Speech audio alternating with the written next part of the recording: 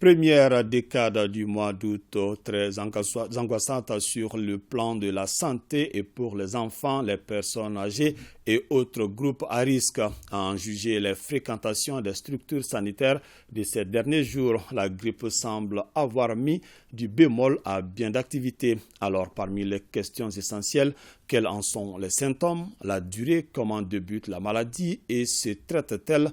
Les éléments de réponse dans la chronique Un jour, une formule de ce jeudi signé Sori Ibrahima Keïta. Heureux ceux qui ont échappé jusqu'ici à ce qui s'évite aujourd'hui comme une épidémie.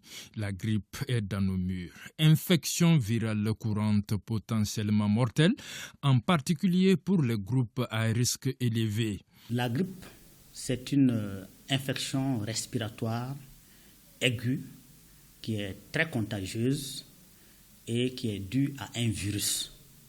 Il s'agit du virus influenzé.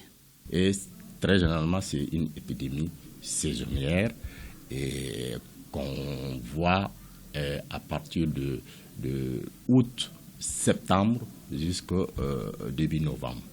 La grippe attaque les poumons, le thorax, le nez et la gorge. Les tout-petits, les personnes âgées, les femmes enceintes et les personnes atteintes d'une maladie chronique ou présentant un système immunitaire affaibli sont très exposés. Et il y a 3 types de ces virus qu'on peut avoir.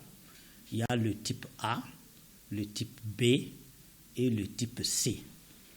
Mais c'est surtout le type A et le type B qui donnent des formes graves. Le virus de la grippe A, très généralement, on voit l'origine, c'est les animaux. Et le virus de la grippe B, l'origine, c'est les humains. Là, les humains se transmettent ce virus-là. Et la transmission est facile. Le type C donne généralement des formes bénignes. Et la particularité de ce virus, c'est qu'il y a une variabilité génétique très grande qui fait qu'à chaque moment, le virus peut changer d'une forme à une autre, et ce qui peut souvent faire que la vaccination devrait être adaptée. Mais ce qui est responsable de l'épidémie, ça c'est le virus qui vient des animaux, le virus de la grippe A.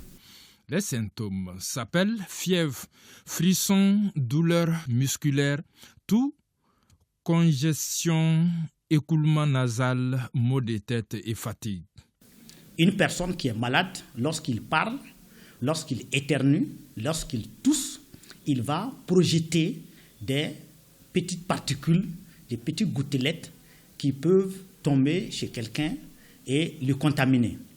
L'état de bronchite, si ça ne se traite pas bien, les bronches sont directement communiquées au parenchyme pulmonaire, ce qu'on appelle les poumons. Et là, ça peut entraîner une destruction au niveau du parenchyme pulmonaire et entraîner ce qu'on appelle une pneumonie. À ce moment, on va assister à une pneumonie virale. C'est en ce moment qu'on va voir les malades en état de détresse respiratoire. La respiration est gênée, très gênée. À peine, c'est-à-dire ils n'arrivent même pas à marcher, ils sont sur place, mais ils ont, c'est-à-dire des difficultés à respirer. Le traitement consiste principalement à se reposer et à se réhydrater afin de permettre au corps de lutter lui-même contre l'infection. Des analgésiques anti-inflammatoires peuvent aider à soulager les symptômes. Un vaccin annuel peut également prévenir la grippe et limiter les complications qui y sont liées.